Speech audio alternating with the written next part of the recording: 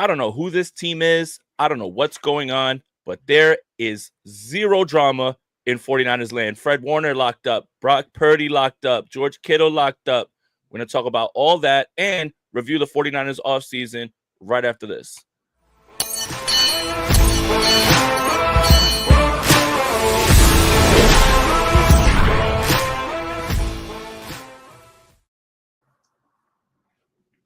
I'm Jason Aponte. That's Steph Sanchez. This is the Bully Ball Podcast on the Gold Standard Podcast Network, the only 49ers podcast that is looking for the highest annual value on the open market. Steph Sanchez, how are you? I'm great. Good to have you back. Don't leave me with Rob again. Thank you. Joke never gets old. And I like the jersey, man. I like that. Thank you. And you know what's funny? Is this is the first time that I've ever worn it. And I don't know why that is. Because I bought it, I was telling Rob before, I bought it when the patch first came out and everybody was going to Fanatics for the drop. Yeah. And, there was the patch gate, is it ironed on? Is it, 2021 was a blast. But yeah, this is the first time I've gotten a chance to wear it. And, what better time than now? The best linebacker in football is the highest paid. And that makes a lot of sense. But before we get into all of that, Steph, I just want to talk about the channel reaching 50,000 subscribers. Woo! What a round number. And I was talking to Rob about this, and I wanted to express the sentiment on this show. Being a part of this is really, really rewarding because I remember what it was like when Niners Nation let us go, as a podcast network. And I remember discussing with Rob and discussing with you, like what it is that he can do, and we just implored him, like, dude, just start your own thing and let's go. And now look, 50,000 subscribers on the back of the fact that Rob is incredibly tireless when it comes to what he does and has insane passion. But it's just it's a reflecting time right now, I think, for me, Steph, because I think you and I remember exactly what it was like when all that stuff went down with Niners Nation. Yeah, and I don't want to toot our own horn, but we were right. Like, Rob just had to go out there and people were gonna, come in flux, I guess, to support, because one thing about 49er fans is they're super supportive, I think, of all content creators, and we're all very fortunate enough to, feel that love in our own way. And so, yeah, Rob, super deserving of the 50K and happy to be part of it. For sure, man. And that peace of mind of knowing this is mine, I built it, no one can take it from him, and I'm just happy to be a part of it. And I'll always thank Rob for believing in me and sticking with me when probably somebody else would have let me go. I mean, honestly. Anyway, but enough with the sentimental stuff. Actually, let's get into more sentimental stuff. You see the 54 jersey, Fred Warner, massive extension, the highest in league history. Somehow, still feels underpaid, right? Yeah, isn't that crazy? I mean, his AAV is only 1 million more than Roquan Smith, who I love the pettiness. He went over. Yeah, we love the pettiness, but to your point, it's like he should be getting more than just 1 million over the next guy, because that's how much better he is than all of his peers. And he's been the model of consistency, I think, for this team, which is why I love, the 49ers continue to reward players who continue to show up. And Fred Warner is one of those guys. He's definitely someone that, with all these, rookies coming in the last 2 years, he's setting that standard and leading by example. So it's just really awesome to see. I think one of our favorite players, most definitely from this regime, right? And, you rocking the jersey, so I know you feel the same way, Jay. But I can't think of someone more deserving to be the highest paid linebacker than Fred Warner. And yeah, they could have probably thrown in a couple more million on there, and we would have all felt good. We wouldn't have batted an eye. For sure. And I'm just going to say it. Fred is setting the gold standard for how, 49ers players should act, right? Going to the voluntary workouts. When he was asked about the contract, said, listen, I've made a lot of money. I know it's going to work itself out. Again, I don't think we ever expected Fred to do anything like social media antics or anything like that. Just, again, the leader, right? And we talked about how the 49ers at times, right, we felt like, hey, man, they're a little stingy with the money, right? Well, they're not stingy with the money when it's foundational players. Yeah. And that's what Fred is. So it's great that, again, this is done. It was not something we were worried about. It's maybe the last domino to fall. We'll talk about, one other player that maybe there's somebody, there that, you can argue. But man, 49er fans, 52, 53, 54, we have been absolutely blessed at linebacker. And ironically, this jersey, the other jerseys that I have of players that are not on the 49ers anymore, Patrick Willis, Navarro Bowman, Fred Warner, always comes back to linebackers for me for some reason. Respect Chris Borland, pal. Respect Dan Scooter, bucko. Dan Scooter. That's a deep cut. Right? That's a deep cut. Right? So just for anybody who doesn't think that I'm about this 49ers life and you think that I'm a bandwagoner, like that's crazy. Like that'll never be the truth. But yes, look, it's done.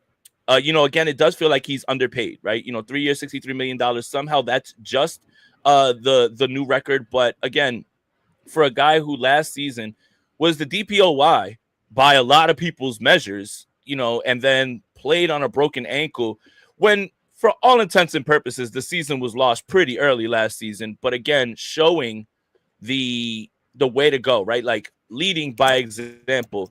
And Fred is going to be here forever. It's going to be perfect. But I do want to say this too. Not only just a leader with his examples, I think my favorite Fred Warner speech is right before the Seahawks game, where he's like, let's smoke these boys out the gate. We hate these And I'm just like, yeah, we do. Like, I would run through a wall for Fred Warner, man. No questions asked. Silent, but when he gives those type of moments, he's earned it, and you really believe him. Yeah, for sure. And, I mean, he embodies just the mentality that you want players to have. Like you said, he's setting the gold standard. And as you were talking, like, I looked this up too. Like he's only missed one career game, 7 years, only one game missed. And crazy. He could have very well missed some games last year. And I don't think anyone would have faulted him for that, playing on the fractured ankle.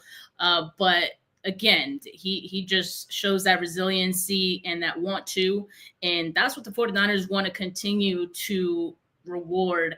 And, you mentioned the fact that he showed up at the voluntary offseason program. And I've been saying this, and I would say it again. Like all three of these guys that got their extensions showed up to the voluntary offseason program. Kittle was a little late. He had to go to his wrestling thing. That's cool. But he showed up. He showed up anyway. And all three of these guys got their contracts. For one, I don't want to feel like that's a coincidence so much. And I don't think the 49ers want to, feel like it's a coincidence either. I think they believe, hey, if we just get you guys in the building, we can get this done a lot faster, and it'll be beneficial for both sides. And I think they want that to be the expectation and the precedent going forward. So for all three of these guys, and these guys being, very what's the word? Like they're great examples for the rest of them. I think it's going to just weigh that much more to the younger players, any players that are coming due for an extension, that if they show up, you'll be rewarded. Now we just have to get Mitch Wisnowski under contract, for extension. Oh boy. Yeah, remember this. Remember this. We hate these boys. We hate these motherfuckers. Come out and smoke these boys from the first whistle. The first fucking whistle. One game, 60 minutes, all you got. Dude. One game, 60 minutes, all you got. Love that. I want to punch my TV. Like that's how you feel. Again, Thursday Night Football in Seattle, man. And Fred Warner talking about something that's very personal, hating the Seattle Seahawks like we do because of all the things they've done to us, man. I mean, just, again, embodies that. But I did want to say this, too, in regards to getting this done and everything moving in the right direction.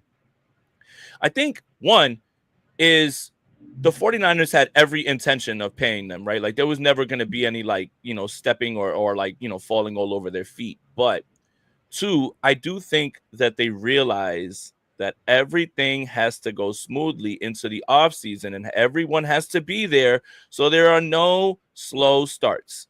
When you look at the schedule, when you look at the way that it's all set up, you can easily see a path for the 49ers to start 3-1, 4-0. How do you do that? You take away the time of acclimation period, right? It feels like a bunch of times during the Kyle Shanahan era, we're like, oh, the offense is it's getting there and they're getting close, but there can't be any of that.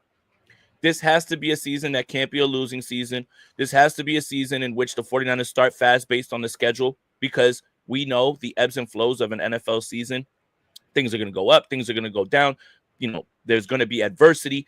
But starting fast allows you to have wiggle room throughout the season. And I think the 49ers understand all those things. On top of the fact that, Brock was never going to hold out. Neither was Warner, neither was Kittle. All those things matter. But I think the team itself realizes the importance of this season and how they have to start fast, and they have to win a lot of games this year. How do you do that? You have a smooth offseason in which you just have the team there. Everybody's building rapport. You're getting yourself in shape, and there's no issues. And funny enough, this schedule came out on May 14th, and the 49ers released this, and look at the three guys on the screen. I didn't even peep that. Like, that's funny. Did they? What were they cooking? What were they cooking? But you look at it: Seattle, New Orleans, who doesn't have a quarterback, Arizona, who's always going to be annoying. What are the Jacksonville Jaguars? That could be a 4-0 start heading into your first real divisional game, because that's me shading Seattle and Arizona with the Rams on Thursday Night Football. So again, you're talking about the travel. You're talking about possible injuries. You're talking about adversity. You're talking about games where you're not going to execute. It's important for the 49ers to start fast and hit the ground running. No acclimation period. We shouldn't be talking in week 3 and week 4 about like, well, they're getting there. They're getting close. Nope. Got to start fast. Well, I think they realized a lot of things the hard way in 2024, right? Like,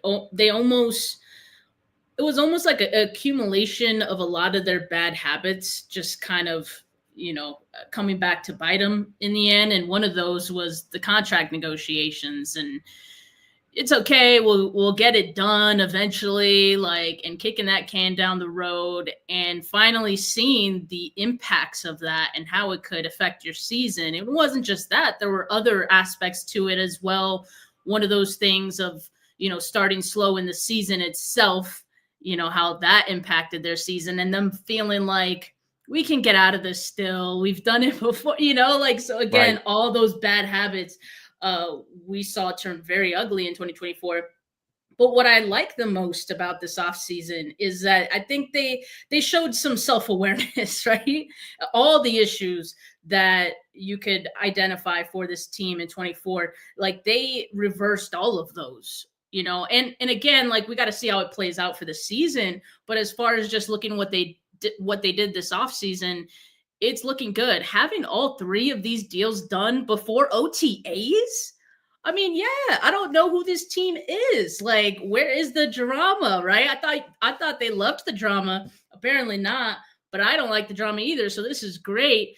And also just other things like the defense being as bad as it was. What did they do? They cut ties with Nick Sorensen. They brought back Robert Saleh. Special teams, they looked to improve that. What was the issue with the defense last year as well? Run defense.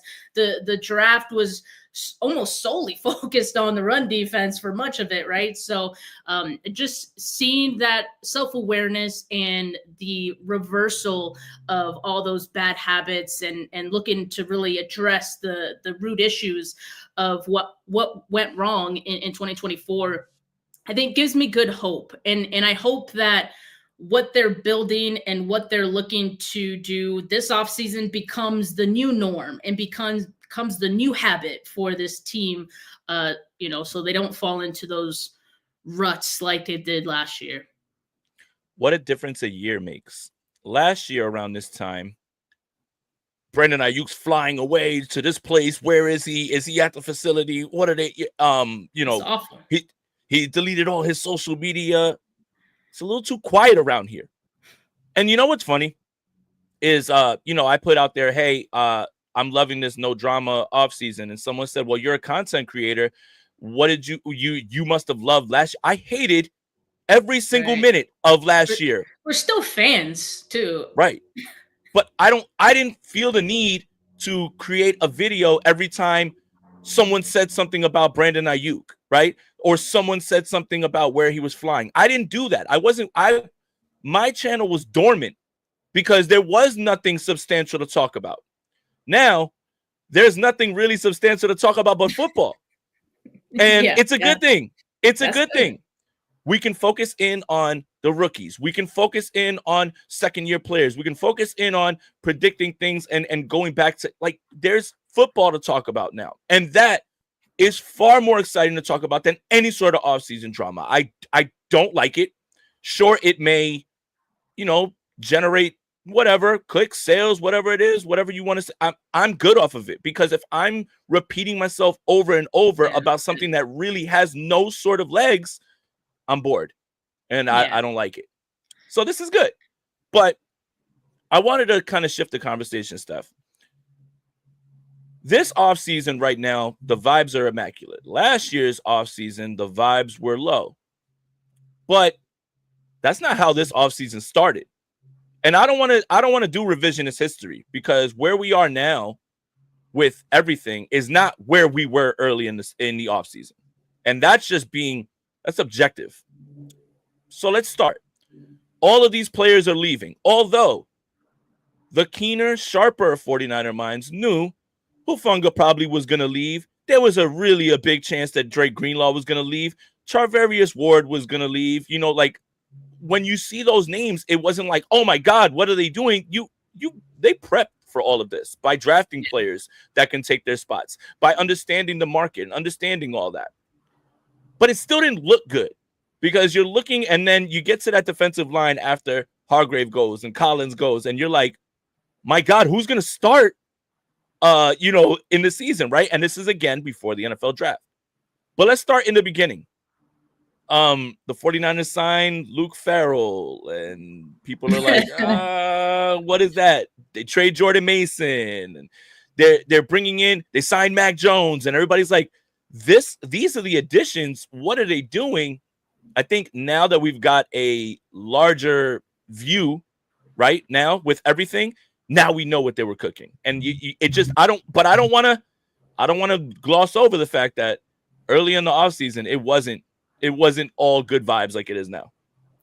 It's sometimes hard, I think, to see the vision when the offseason is like half baked, right? Like, you start seeing these early moves that aren't very exciting, to your point, Luke Farrell, like, is that it? That's the best we could do for the offseason? Okay, I guess it's going to be a boring free agency for us, and they're really going to go all in on this draft. But then you got to wait for the draft to kind of see how that pans out. Like, do we trust these players? Do we feel good about the players that, they're going to bring in, right? So it was a little bit of like having to trust the process a little bit. And sometimes that's hard to do, right? But I think now it's easier to see the vision and see that it was a good one. And I honestly, when you said that though, Jay, I thought you were going to go back to even earlier in the offseason when they were like staking out Robert Saleh and how close it felt to that not happening, because that to me was That's real a good close. Point. That's a good point. It could have gone either way. Like, the offseason could have been like, shit, bleep it out, Rob. If they didn't get Robert Saleh, and we'd be singing a whole different tune right now, probably. But thankfully they got that done, and that kind of built, in a way, the momentum to a lot of other things happening, in my opinion. What's funny is I want to use this specific example because, as I do at times, I go back and forth with Twitter followers about, my takes. And the Jordan Mason trade, this is where I'm going to start. The Jordan Mason trade. Everyone's saying, what on earth are you doing? How can you do that? My stance always, today, tomorrow, and every single day after, is if you have an undrafted free agent and you can recoup a draft pick, that's just good business. Always. But now that we have who the pick was, didn't they use that pick on a running back, Jordan James, right? Like, so the plan was right there in front of you, was we're going to recoup this. We're going to get a pick for an undrafted free agent, and we're going to draft a running back with that pick. See, when you leave out the part of who was being selected, you're just viewing the trade as, how could you do that for, Jordan Mason was so good, and, but the plan, right? And then we're talking about the defensive line. 1, 2, the first 2 picks, defensive line, right? And still think that the 49ers should add Zadarius Smith, but hey, whatever. That's for a whole other day, right? At this point, like, I think they're just one pass rush specialist away from locking in with this defensive line. But right now, it's going to be a time where we look back at how all the departures went, even if they were all expected. And this offseason went from, I don't know what the plan is, to the plan is coming to focus. Now, will the return on the investment on the plan be, that's on the next episode of Dragon Ball Z. We'll find out, which is during the season. But I just wanted to go through this because speaking through it, it allows you to remember, like, where we were thinking about how things were in the beginning to where we are now.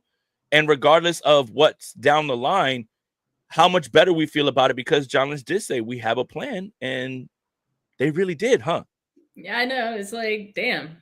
Okay. I trust you. I trust you again. But like, I think the reason that we, like, some fans stopped believing in a plan, quote unquote, is because I feel like they've said similar things. Like last year, they probably might have said the same thing. And although last year, as far as changes go, wasn't as drastic, we think about all the extensions that they dished out then.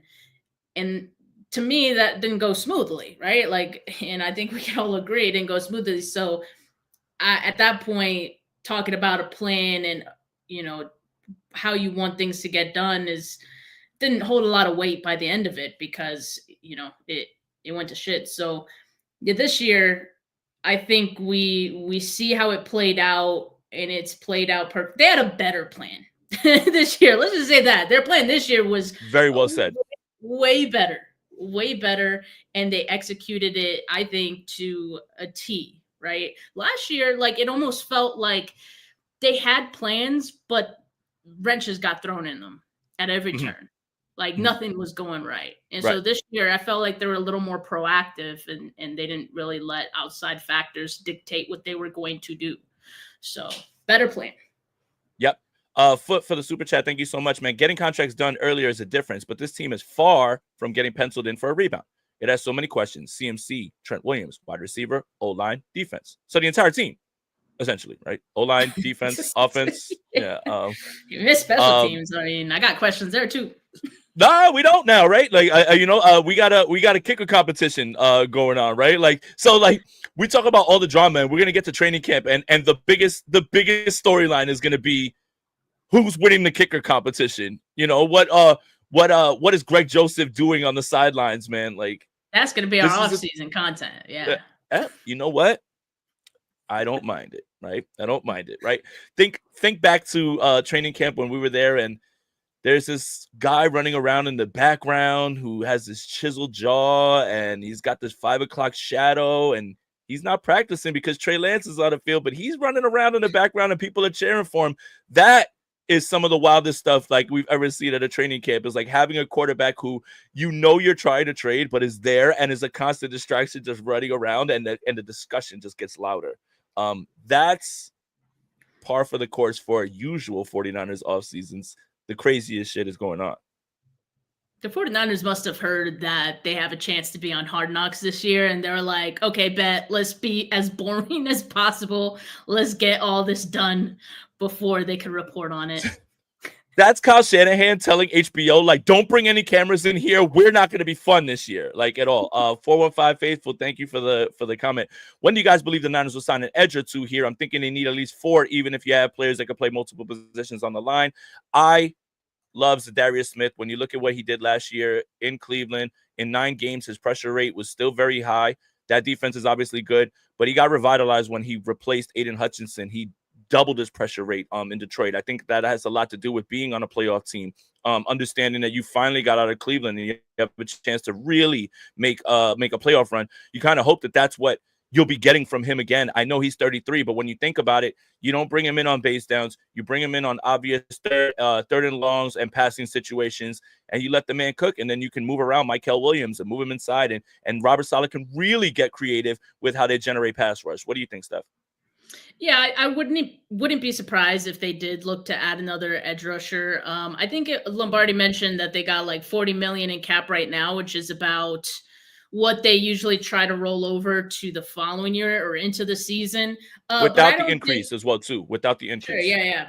Good call out. I don't think that really precludes them from, also bringing in another edge rusher, especially as we get closer to camp. I think we always see some very late signing, usually for a veteran, because a lot of those veterans are kind of waiting out the situation as well. Like they don't want to, mess around with all this offseason program stuff. They've done all that before. So they kind of just want to sign with a team and go.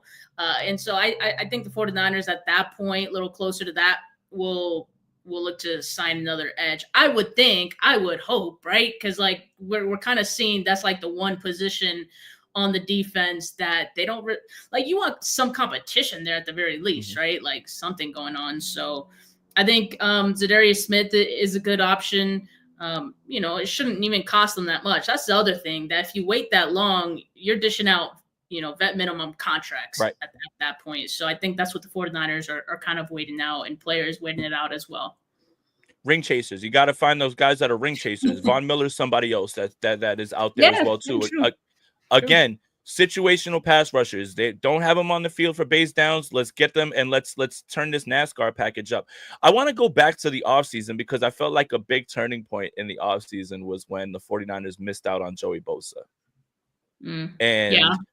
That made a lot of people very worried, because I think 49er fans already penciled in the fact that they were like, the Bosa brothers are going to be here.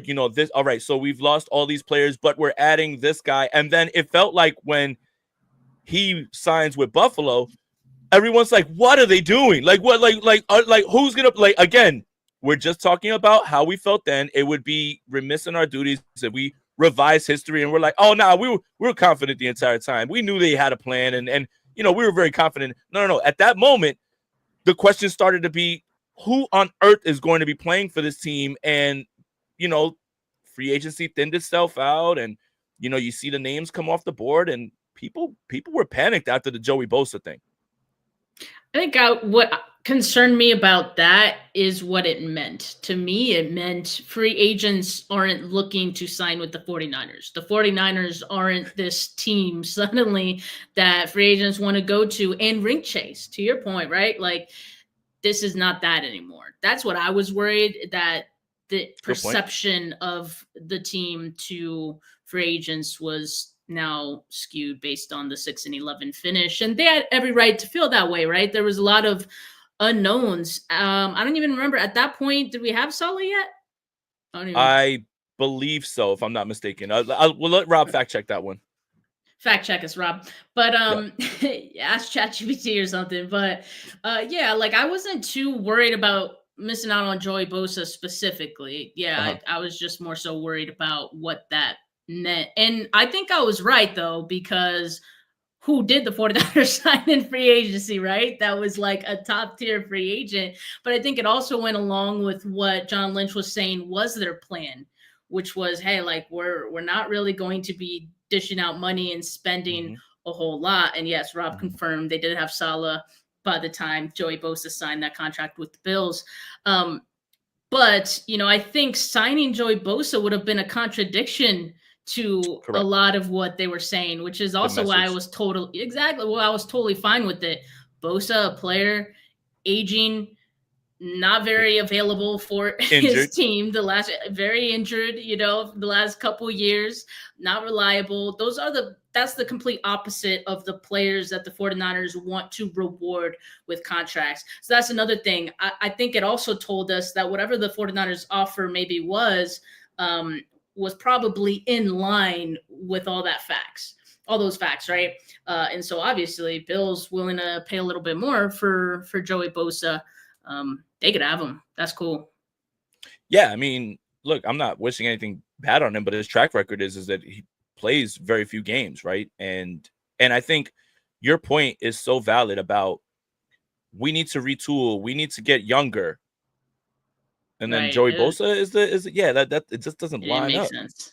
Yeah, it doesn't make sense. Now, the Zadarius Smith thing that we're suggesting is just an ancillary piece to what you've done, which is retool and fix, and bring in a bunch of younger players. You do need veteran, production, right? Like again, but here's the question that I'll pose to you. When John Lynch spoke to Chris Sims, he talked about the Rams and the Bills and their plan, right? And the Rams knew the Jaguars' new general manager worked with the Rams, right? The young man. I don't know his name. He looks like he's 12 years old.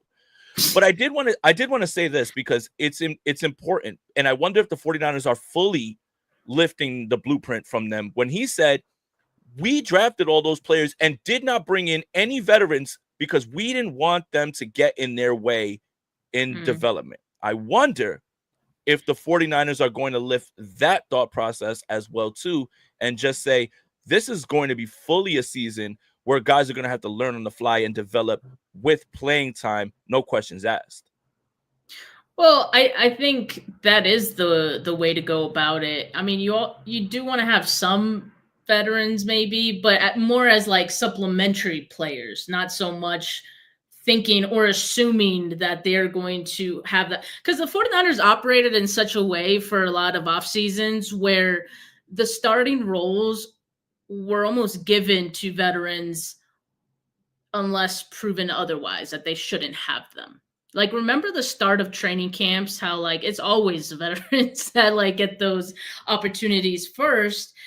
And to an extent it makes sense, but like as training camp goes on, like you continue to see those same dudes getting those same opportunities. And so I'm good with rookies getting those shots, because that's been a lot of our gripes with this team. We've said it so many times, Jay, like especially on the offensive side. It's cool on the defensive side. I think we already know that, like last year we saw a lot of rookies play. Sure, there were a lot of injuries that allowed for that to happen.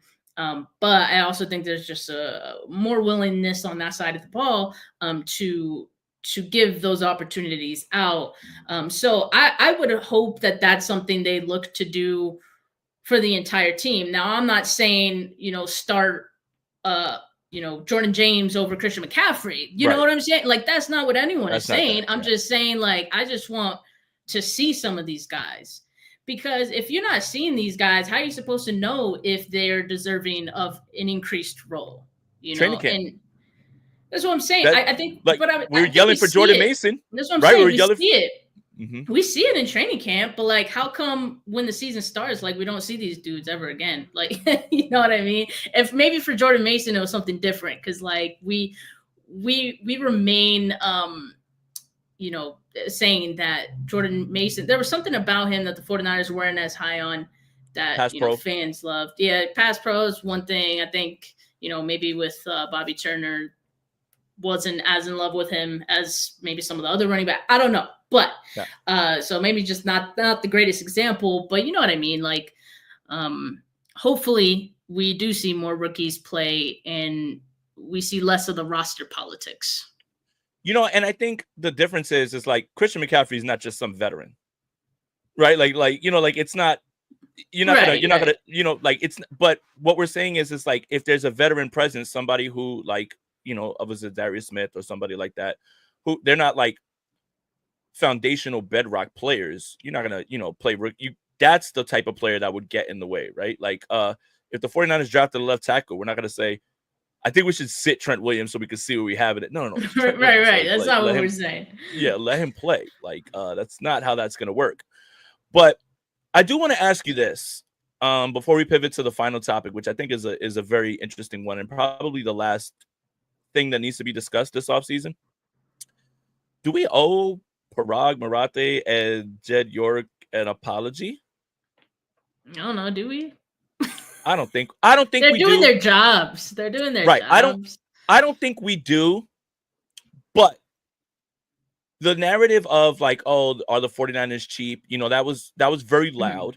But the 49ers are not cheap on their foundational players.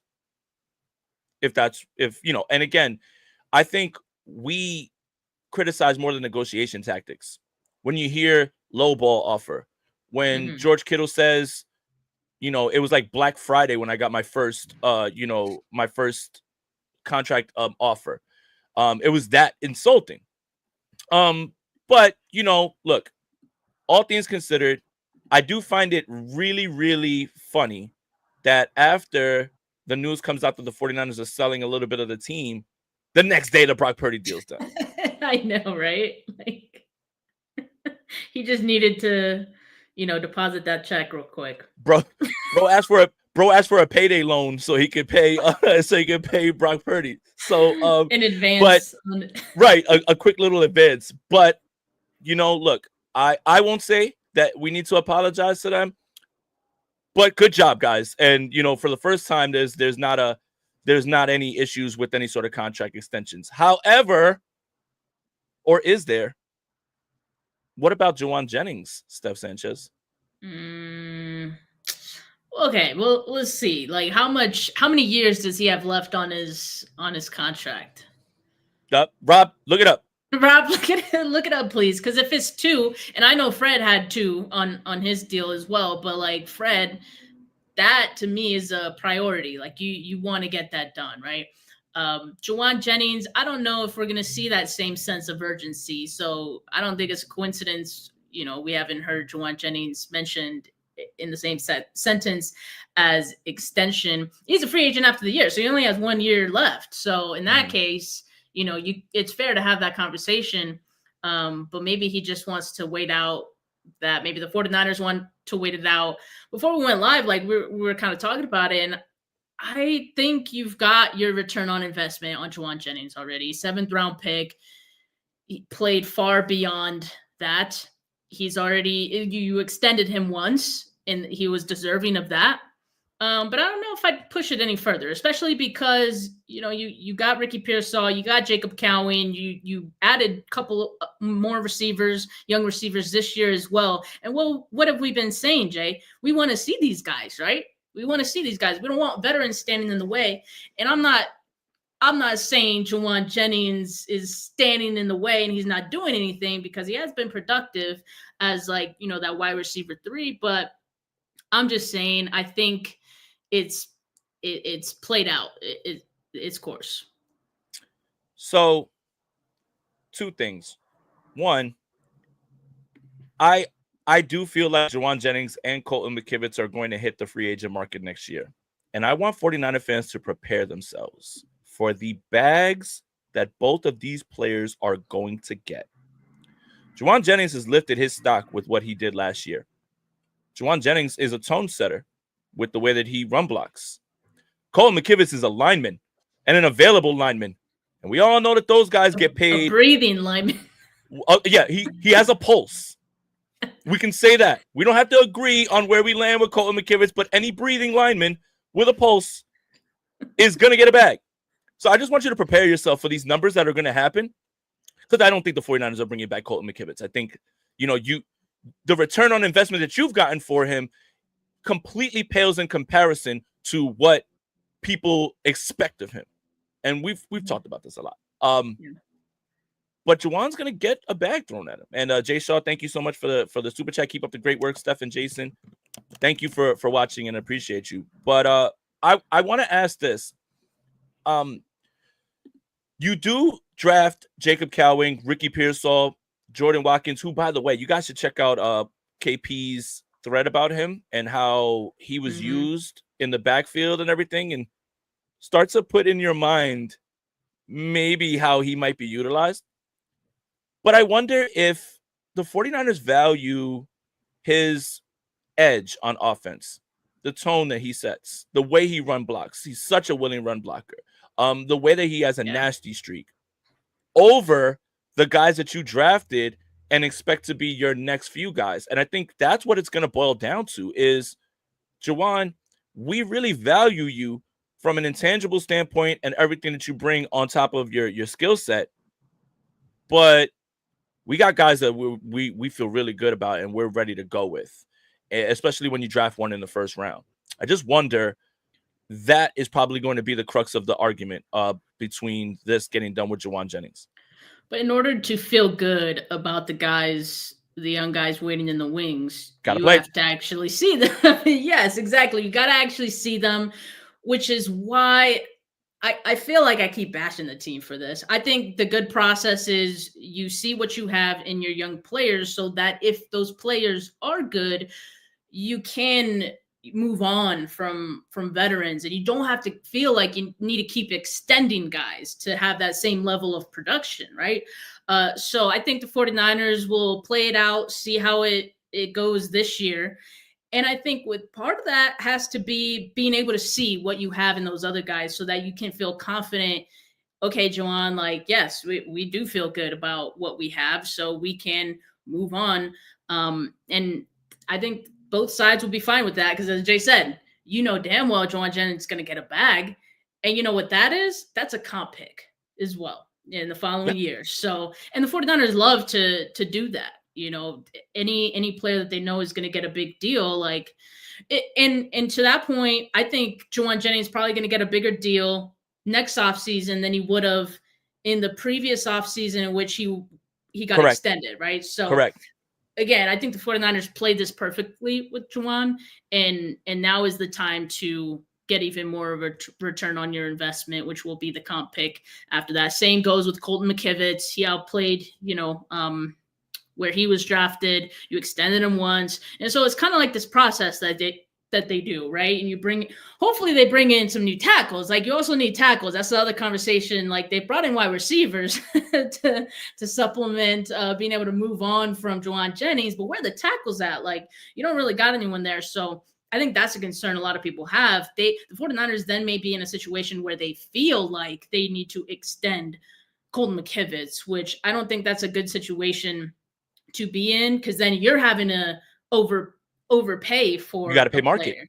Exactly. And let's be honest, like, market price for tackles is a crazy overpay right now. Yeah. So I think the 49ers would be better off just letting that go. But the good thing is, Jay, I don't know if you've seen this, but next year's tackle class looks to be a really good one. So it could work out for the 49ers in that case. I'm not even thinking about this next draft class already. The 49ers throwback says, looks like the NFL is trying to ban the tush push, and they probably have the votes, and Roger Goodell's behind getting rid of it as well too. There'll be changes in playoff series as the NFL owners get together and vote. Listen, real quick on the tush push. Real quick on the tush push. I don't care if it's banned or not, but I will laugh when it is. I think it's lame. I know we don't like the Eagles, but I think it's lame. No, listen. If you don't like it, stop it. If you don't like it, stop it. That's what I'm saying. Right? So why are we rewarding players, rewarding teams by banning it because they can't stop it? That's what I think is lame. I don't want to ban it, but I'm still gonna laugh, and they're gonna get these jokes. Jalen Hurts, you better prepare yourself for your next job, buddy, because I don't know what you're going to do without this thing, man. And if anybody is interested in fantasy football advice, Saquon Barkley is going to score all the touchdowns next year. Has to be the number one pick if they ban the tush push. So that's a good thing. One more thing I saw, it's Eric Eastland's comment, and this is back to the Jauan Jennings topic. If Ricky and Ayuk look great, then JJ's gone. If either flame out, you might want to pay JJ. The problem is, that's what I'm saying. Yeah. The problem is you won't know that until his market goes up. Meaning, if either of those guys aren't up to speed and JJ puts together another 1,000-yard season, price just went up. And then you have to negotiate against other people. And if you're Jauan Jennings, I'm not signing an extension during the season. I'm going to hit that open market. And I want to see what everybody has. It's a dangerous game here. It's a dangerous game. You better have a really good sense of what these players are. And it better not be, hey, we're going to wait and see. Wait and see. You're going to end up, if those two players aren't up to speed and playing well, and losing Jauan Jennings. And now you're really starting from scratch. Very dangerous game right there, Steph. Give them the snaps, give them the opportunity, and we'll let it play out from there. But you have to be able to see what you have. And so you have to have a healthy like sample size of snaps to be able to make that decision, because I agree, like it's a pretty big one. And, you know, I mean, it's not just for the wide receiver position, it's for like any position every year where you got a free agent, impending free agent for that season. You have to see what else you have as an option. Yep, absolutely. That'll do it for this episode of Bully Ball on the Gold Standard Podcast Network. Thank you guys again for 50,000 subscribers. Appreciate you so much. Drop a like on this video, subscribe to the channel, subscribe to wherever you get your audio podcasts. You know, follow Steph and I. We both have YouTube channels as well. Drop a like on there. That helps us out a ton. You know, follow Steph on Twitter at Steph49K. Follow me on Twitter at JasonAponte2103. Steph, this has been a very, very fun episode. There's not much to complain about. I'm having a blast, but I'm looking around. It's a little too quiet around here. Yeah, when's the shoe gonna drop? Right. When's the knife gonna come, man? Who's gonna pull the rug out? But for Steph, for Jay, we're out of here. Peace.